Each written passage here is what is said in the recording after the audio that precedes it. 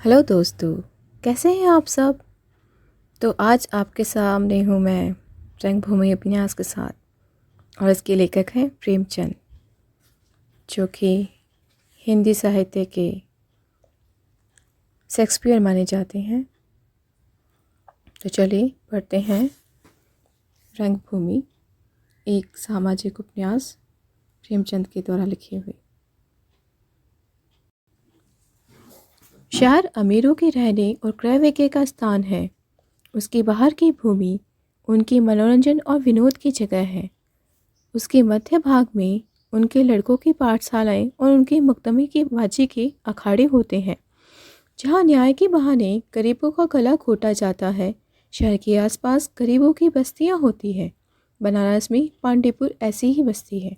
वहाँ न शहरी दीपकों की ज्योति पहुँचती है, न शहरी छिड़काव के छींटे, न शहरी जल स्रोतों का प्रवाह है। सड़क के किनारे छोटी छोटी बनियों और हलवाइयों की दुकानें हैं और उनके पीछे कई इक्के वाले गाड़ीवान ग्वाले और मजदूर रहते हैं। दो चार घर बिगड़े सफ़ेद पोसों के भी हैं, जिन्हें उनकी हीनावस्था ने शहर से निर्वासित कर दिया है। इन्हीं में से एक गरीब और अंधा चमार रहता है, जिसे लोग सूरदास कहते हैं। भारत में अंधे आदमियों के लिए न नाम की जरूरत होती है न काम की। सूरदास उनका बना बनाया नाम है और भीख मांगना बना बनाया काम। उनके गुण और स्वभाव भी जगत प्रसिद्ध है। गाने बजाने में विशेष रुचि, हृदय में विशेष अनुराग, अध्यात्म और भक्ति में विशेष प्रेम उनके स्वाभाविक लक्षण हैं।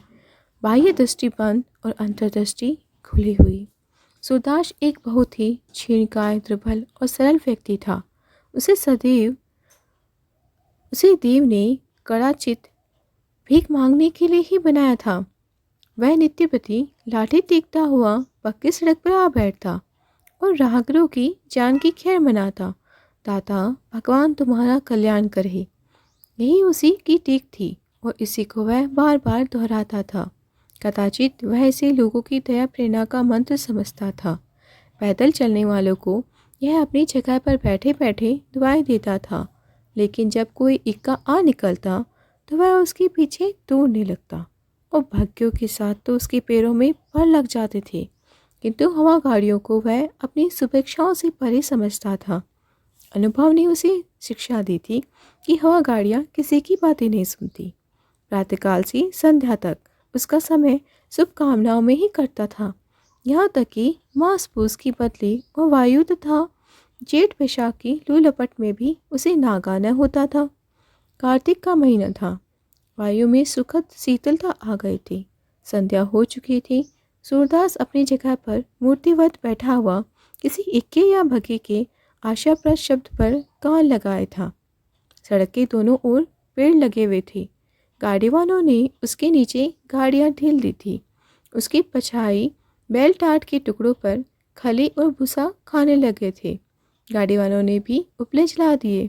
कोई चादर पर आटा गूंथता था, कोई गोल गोल बाटियाँ बनाकर उपलों पर सेकता था। किसी को बर्तनों की जरूरत न थी। सालन के लिए धुएं का भुट्टा काफ़ी था और इस दरिद्रता पर भी उन्हें कुछ चिंता न थी। बैठे बाटियाँ सेकते और खाते थे। बैलों के गले में बंधी हुई घंटियाँ मजीरों को काम दे रही थी। गणेश गाड़ीवान ने सूरदास से पूछा, क्यों भगत, ब्याह करोगे? सूरदास ने गर्दन हिलाकर कहा, कहीं है डोल? गणेश, हाँ है, क्यों नहीं। एक गांव में एक सूर्या है, तुम्हारी ही जाति बिरादरी के है। कहो तो बातचीत पक्की करूं। तुम्हारी बारात में 2 दिन मजे से बाटियाँ लगे। सूरदास, कोई ऐसी जगह बताते जहाँ धन मिले और इस भगमंगी जिंदगी से पीछा छूटे। अभी भरने अपने ही पेट की चिंता है, तब एक अंधे की और चिंता हो जाएगी। ऐसी बेड़ी पैर में नहीं डालता। बेड़ी ही है तो सोने की ही तो हो। गणेश, लाख रुपए की महरिया न पाओगे। रात को तुम्हारे पैर दबाएगी, सिर में तेल डालेगी तो एक बार फिर जवान हो जाओगे। ये हड्डियाँ न दिखाई देगी। सूरदास, तो रोटियों का सहारा भी जाता रहेगा। ये हड्डियाँ देखकर ही तो लोगों को दया आती है। मोटे आदमियों को भीख कौन देता है? उल्टे और ताने मिलते हैं। गणेश, अजी नहीं, वह तुम्हारी सेवा भी करेगी और तुम्हें भोजन भी देगी। बेचन सहाय के यहाँ तेलन सा झाड़ेगी तो 4 आने रोज पाएगी। सूरदास, तब तो और भी दुर्गति होगी। घरवाले की कमाई खाकर किसी को मुंह दिखाने के लायक भी न रहूँगा। सहसा एक फिटन आती हुई सुनाई दी। सूरदास लाठी टेक कर उठ खड़ा हुआ। यही उसकी कमाई का समय था। इसी समय शहर के रईस और महाजन हवा खाने आते थे। फिटन जो ही सामने आई, सूरदास उसके पीछे दाता भगवान तुम्हारा कल्याण करे कहता हुआ दौड़ा। फिटन में सामने की गद्दी पर मिस्टर जॉन सेवक और उसकी पत्नी मिसेस जॉन सेवक बैठी हुई थी। दूसरी गद्दी पर उसका जवान लड़का प्रभु सेवक और छोटी बहन सोफिया सेवक थी। जॉन सेवक दुहरे बदन के गोरे चिट्टे आदमी थे। बुढ़ापे में भी चेहरा लाल था। सिर और दाढ़ी के बाल खिचड़ी हो गए थे।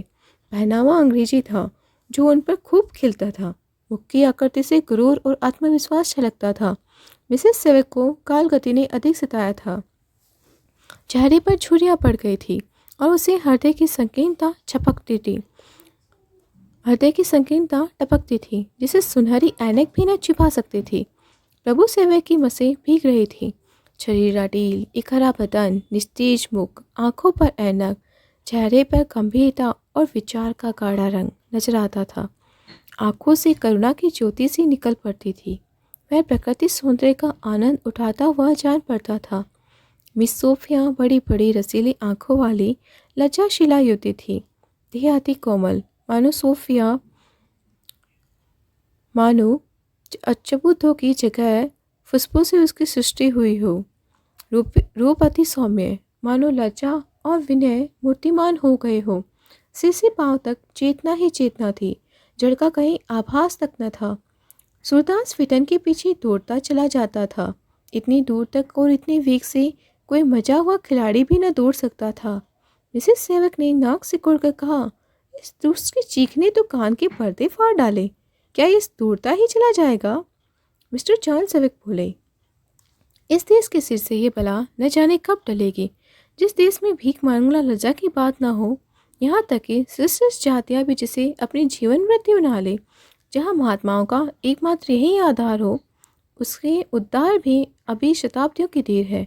प्रभु सेवक, यहाँ यह प्रथा प्राचीन काल से चली आती है। वैदिक काल में राजाओं के लड़के भी गुरुकुलों में विद्या लाभ करते समय भीख मांगकर अपना और अपने गुरु का पालन करते थे।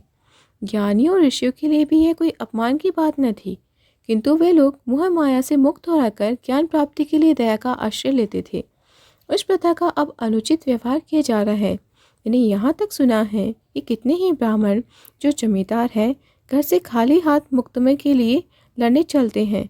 दिन भर कन्या के विवाह के बहाने या किसी संबंधी की मृत्यु का हीला करके भीख मांगते हैं। शाम को नाच बेचकर पैसे खड़े कर लेते हैं। पैसे जल्द रुपए बन जाते हैं और अंत में कचहरी के कर्मचारियों और वकीलों की जेब में चले जाते हैं। मिसेस सेवक, साइस, इस अंधे से कह दे भाग जाए, पैसे नहीं हैं। सोफिया, नहीं मामा, पैसे हो तो दे दीजिए। बेचारा आधे मील से दौड़ा आ रहा है, निराश हो जाएगा। उसकी आत्मा को कितना दुख होगा। माँ, तो उसे किसने दौड़ने को कहा था? उसके पैरों में दर्द होता होगा।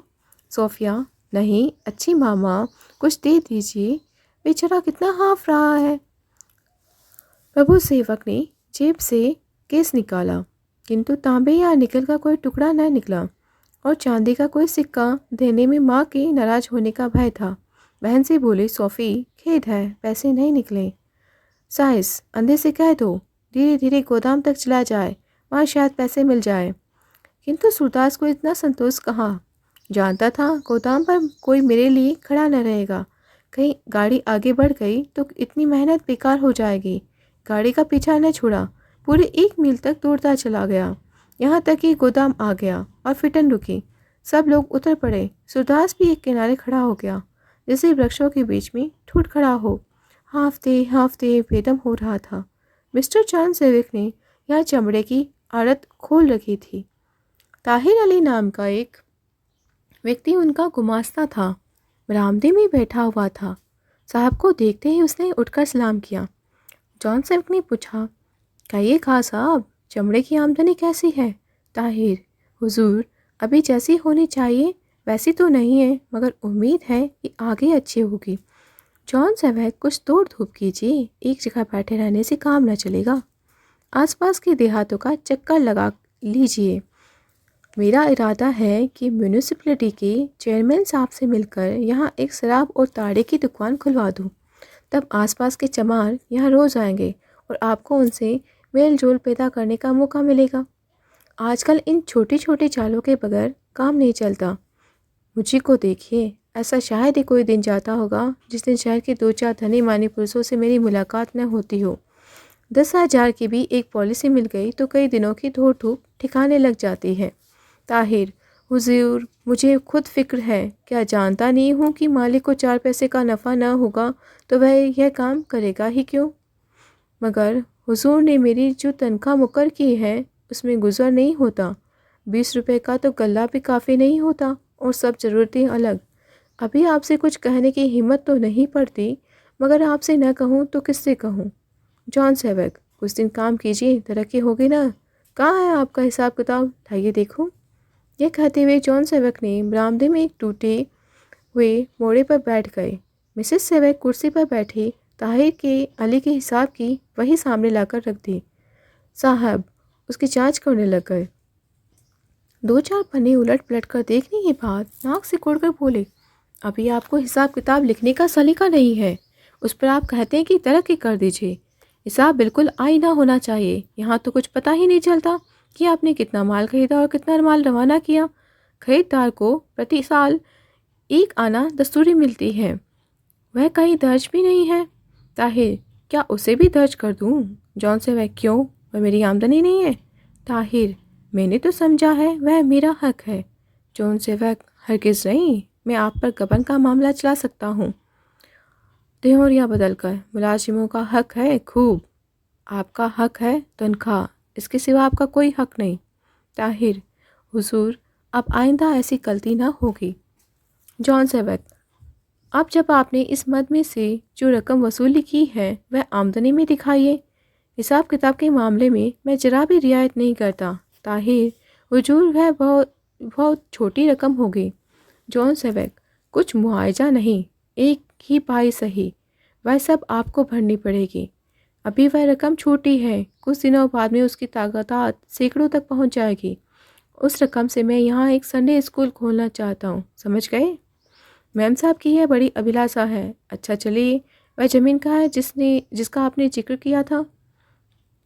गोदाम के पीछे की ओर एक विस्तृत मैदान था, यहाँ आसपास के जानवर चरने आया करते थे। जॉन सेवक यह ज़मीन लेकर यहाँ सिगरेट बनाने का एक कारखाना खोलना चाहते थे। प्रभु सेवक को इसी व्यवसाय की शिक्षा प्राप्त करने के लिए अमेरिका भेजा था। जॉन सेवक के साथ प्रभु सेवक और उसकी माता भी ज़मीन देखने चली गई। पिता और पुत्र ने मिलकर ज़मीन का विस्तार नापा। कहाँ कारखाना होगा, कहाँ गोदाम, कहाँ दफ्तर, कहाँ मैनेजर का बंगला, कहाँ श्रमजीवियों के कमरे, कहाँ कोयला रखने की जगह और कहाँ से पानी आएगा। इन विषयों पर दोनों आदमियों ने देर तक बातें होती रही। अंत में मिस्टर सेवक ने ताहिर अली से पूछा, ये किसकी ज़मीन है। ताहिर, हुजूर, यह तो ठीक नहीं मालूम, अभी चलकर यहाँ से किसी से पूछ लूँगा, शायद नायक राम पंडा की हो। साहब, आप उससे ये ज़मीन कितने में दिला सकते हो। ताहिर, मुझे तो इसमें भी शक है कि वह इसे बेचेगा भी। जॉन सेवक, अजी बेचेगा उसका बाप, उसका क्या हस्ती है। रुपए के 70 आने दीजिए और आसमान के तारे मंगवा लीजिए। आप उससे मेरे पास भेज दीजिए, मैं उससे बात कर लूँगा। प्रभु सेवक, मुझे तो भय है कि यहाँ कच्चा माल मिलने में कठिनाई होगी। इधर लोग तंबाकू की खेती कम करते हैं।